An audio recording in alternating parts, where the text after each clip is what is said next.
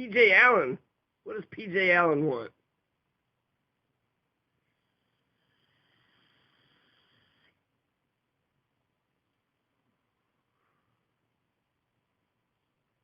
Probably to tell me I'm smart and he wants to work on impeaching Trump with me. I bet you that's what he's going to say. Hey, I'll help you.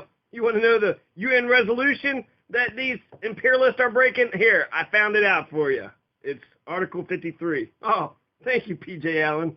Actually, let's take a look at this. Let's see how this goes. Totally live, at least for 50 seconds, 57 seconds.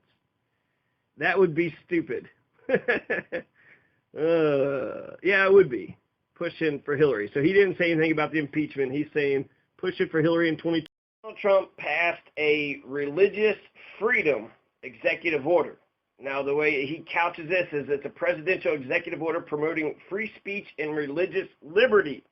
So it's free speech and it's religious liberty, right? And if you continue to read, it basically just says that we will protect it. It says that we will enshrine the fundamental right to religious liberty as Americans' first freedom. That's the Americans' first freedom, not petition, not assembly, not freedom of speech, right? Not speech, not the right to assemble, not the right to petition, but just the religion. That's the only part that matters.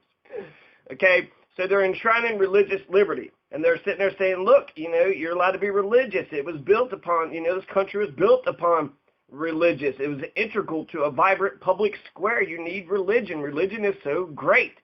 I think that it decimates the Johnson Amendment. So there was a Johnson Amendment about if you're a candidate for office, then you weren't allowed to say anything if you had a non-profit, that you got federal funds for. But you could talk about issues, you just couldn't back a candidate. So he's killing the Johnson Amendment. And the fact, it doesn't go straight after, it doesn't mention gay people, it doesn't say you're allowed to discriminate against gay folks, but it's the first step, right? He's going towards Mike Pence. He picked Mike Pence because he was like, hey, that man reminds Donald Trump of himself. So this is just like the African war. So we're in 20 countries in Africa right now, but I bet it's like to slowly penetrate into the market, right? Just slowly ease in, and then eventually, take over the whole damn thing, get into, boondoggle like Vietnam. Destroys the Johnson Amendment. There's a bunch of pastors that would run for office and then talk about issues and then send the videotape to the IRS, basically challenging them, saying, what you going to do? Here, we're going to go ahead, religious people, we're saying what we want to say. You going to do anything about it? And I don't know how I totally feel about that. The government is financing it, and if they are going to assert that they, who they want to vote for, if they want to get into politics, then that means we are establishing religion, right? Unless we're giving out money for equal and for all. So it's a weakly worded bill, but it goes after the Johnson Amendment, severs and destroys the Johnson Amendment, and then it also is considering, or it's saying more is to come, that you can reject contraception. You can choose a different healthcare provider. If they provide health, contraception, then here's the exact wording. His executive order provides that the government shall consider issuing amended regulations consistent with the applicable law to address conscience-based objections to the preventive care mandate.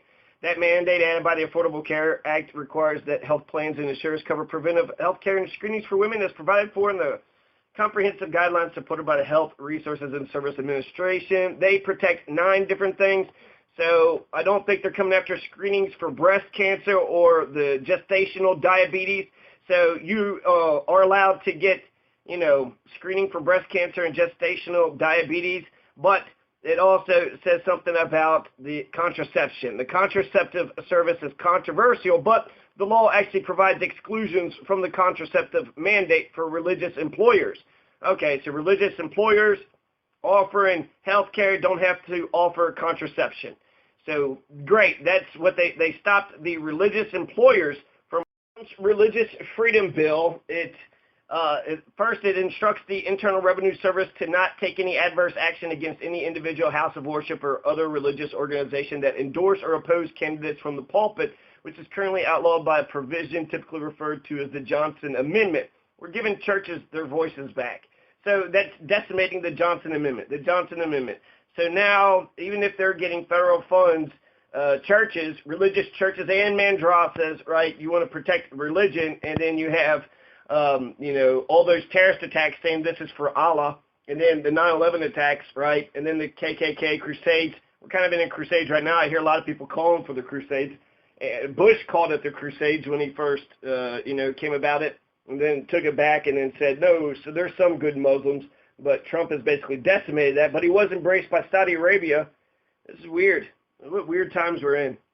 Executive departments and agencies shall, to the greatest extent practicable and to the extent permitted by law, respect and protect the freedom of persons and organizations to engage in religious and political speech. In particular, the Secretary of the Treasury shall ensure, to the extent permitted by law, and the Department of the Treasury does not take any adverse action against any individual house of worship or other religious organization on the basis that such individual organization speaks or has spoken about moral or political issues from a religious perspective, where speech of a similar character has, consistent with law, not ordinarily been treated as participation or intervention in a political campaign on behalf of or in opposition to a candidate for public office by the Department of the Treasury.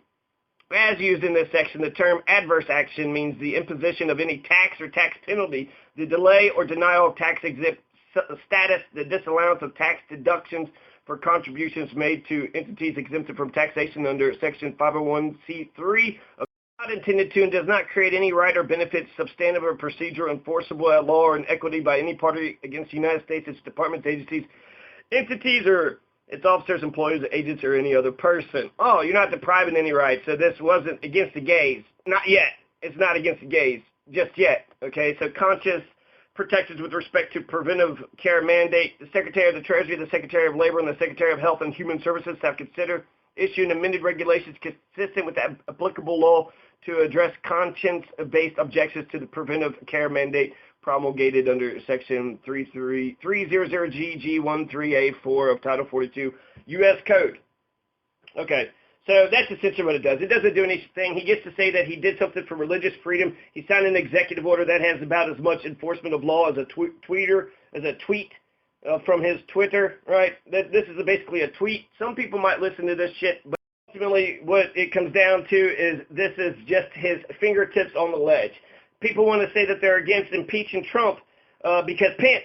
Well, Pence, I'm so smart. Nuh-uh. If you get rid of the president, then you get the vice president, right? If you get the vice president, I know stuff.